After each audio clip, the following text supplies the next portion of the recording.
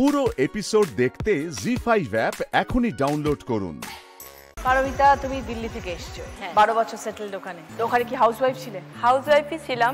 আমার বাংলায় মাস্টার্স, আমি ক্যালকাটা ইউনিভার্সিটি থেকে বাংলায় মাস্টার্স করি। পাশাপাশি গানটা নিয়েও এগিয়ে যাচ্ছিলাম। 2012 সালে আমার বিয়ে হয়ে যায়।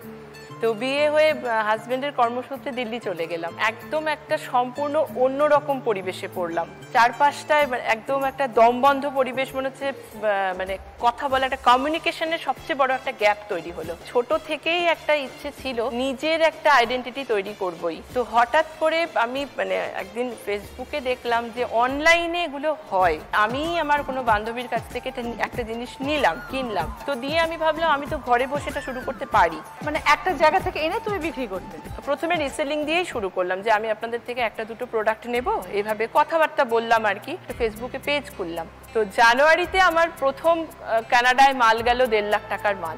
তো সেখান থেকে আমার হয়ে গেল বিজনেসটা হোলসেলিং। মানে আমি নিজেই, তারপর আমি যখন বাক অর্ডার তুলতে পারি, আমি তখন চিন্তা করলাম যে তাহলে আমি নিজেই জিনিস ম্যানুফ্যাকচারিং করাতে পারি। দিনরাত জেগে প্রচুর সময় দিয়ে, প্রচুর বাচ্চাও ছোট, তাকে দেখে সংসার সামলে সমস্ত কিছু করে বিজনেসটাকে আমি আস্তে আস্তে ওইখানটা থেকে আমি রিসেলিং দিয়ে শুরু করলাম।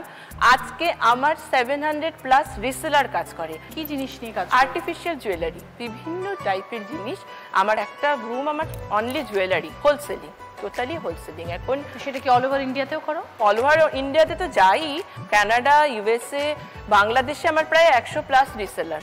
আয়ারল্যান্ড, লন্ডন, অস্ট্রেলিয়া, বিভিন্ন জায়গায় আমি মাল পাঠাই। টেলারিং এর দোকান নমিতা? হ্যাঁ দিদি। কতদিন হলো শুরু করেছো? শুরু আমার বিয়ের 5 বছর পর থেকে। কতদিন হয়ে গেল করছো কাজ? 15 বছর। কিভাবে শুরু হলো? শুরু হয়েছে দিদি, আমার অনেক ছোটবেলায় বিয়ে হয়েছে। মাত্র 14 বছর বয়সে মা বাবা আমাকে বিয়ে দেয়। আমরা অনেক ভাই বোন। আমার স্বামীর সাথে আমার বয়সের অনেক ডিফারেন্স ছিল। তো ও এমনি একটু অসুস্থই ছিল, সেটা আমাদেরকে বলেনি।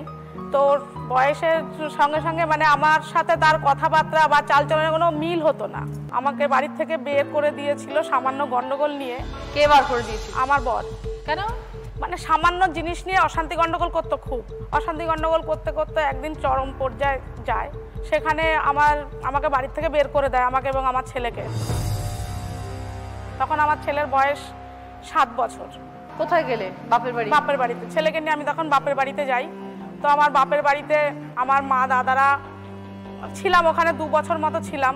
থাকার পরে আমাকে একটা ছোট জায়গা কিনে দিয়েছে ওরা। তখন আমি তো এমনি সেলাই জানতাম। কে কিনে দিয়েছে? আমার মা। আচ্ছা। তো আমি সেখানে দোকানদারি করি। প্রথমে সেলাই নিয়েই আমি শুরু করি। নিজে সেলাই করতাম। প্রথমে কাপড়ের ফলস পিকো করতাম, ব্লাউজ, চুড়িদার, এগুলো কাটিং করে আমি সেলাই করি, এখনও করি সেটা। সেই থেকে আস্তে আস্তে আমি দিন রাত এক করে ওই দোকানটাকে দাঁড় করিয়েছি।